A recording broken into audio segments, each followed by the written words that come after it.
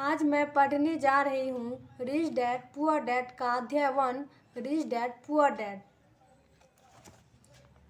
मेरे दो डैडी थे, एक अमीर और दूसरे गरीब। एक बहुत पढ़े लिखे थे और समझदार थे। वे पीएचडी किए हुए थे और उन्होंने अपने 4 साल के अंडर ग्रेजुएट कार्य को 2 साल से भी कम समय में कर लिया था।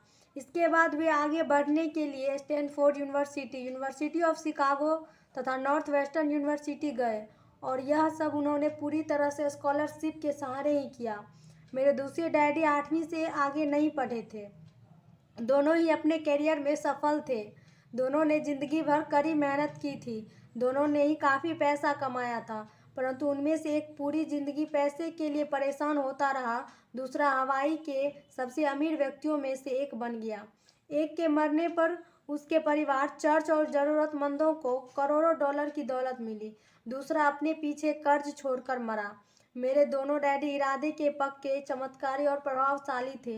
दोनों ने मुझे सलाह दी, परंतु उनकी सलाह एक सी नहीं थी। दोनों ही शिक्षा पर बहुत जोर देते थे, परंतु उनके द्वारा सुझाए गए पढ़ाई के विषय अलग अलग थे। अगर मेरे पास केवल एक ही डैडी होते तो मैं या तो उनकी सलाह मान लेता या फिर उसे ठुकरा देता। क्योंकि सलाह देने वाले दो थे, इसलिए मेरे दो विरोधाभासी विचार होते थे, एक अमीर आदमी का और दूसरा गरीब आदमी का। किसी भी एक विचार को सीधे सीधे मान लेने या न मानने के बजाय मैं उनकी सलाहों पर काफ़ी सोचा करता था, उनकी तुलना करता था और फिर खुद के लिए फैसला किया करता था।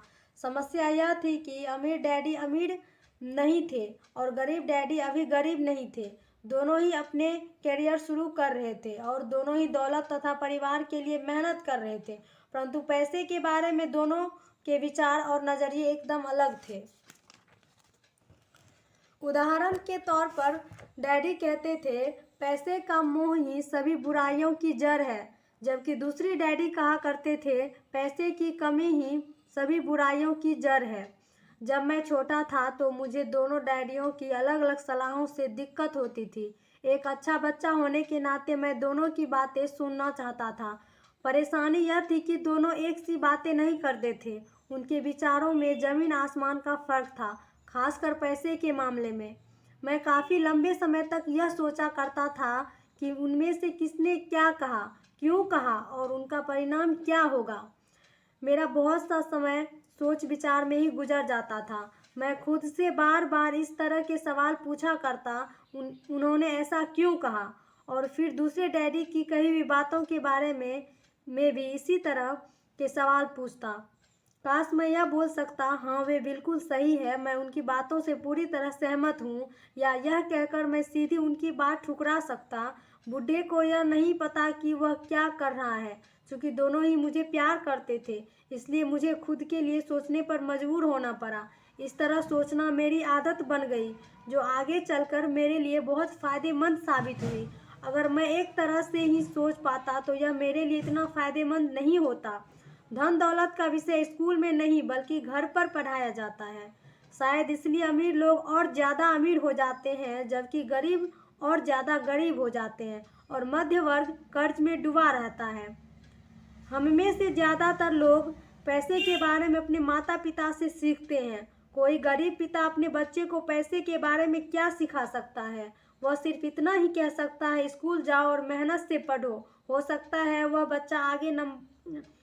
बच्चा अच्छे नंबरों से कॉलेज की पढ़ाई पूरी कर ले, फिर भी पैसे के मामले में उसकी मानसिकता और उनका सोचने का ढंग एक गरीब आदमी जैसा ही बना रहेगा। यह सब उसने तब सीखा था जब वह छोटा बच्चा था। धन का विषय स्कूलों में नहीं पढ़ाया जाता। स्कूलों में शैक्षणिक और व्यावसायिक निपुणताओं पर जोर दिया जाता है, न कि धन संबंधी निपुणता पर। इससे यह साफ हो जाता है कि जिन स्मार्ट बैंकर्स, डॉक्टर्स और अकाउंटेंट्स के स्कूल में अच्छे नंबर आते हैं, वे जिंदगी भर पैसे के लिए संघर्ष क्यों करते हैं।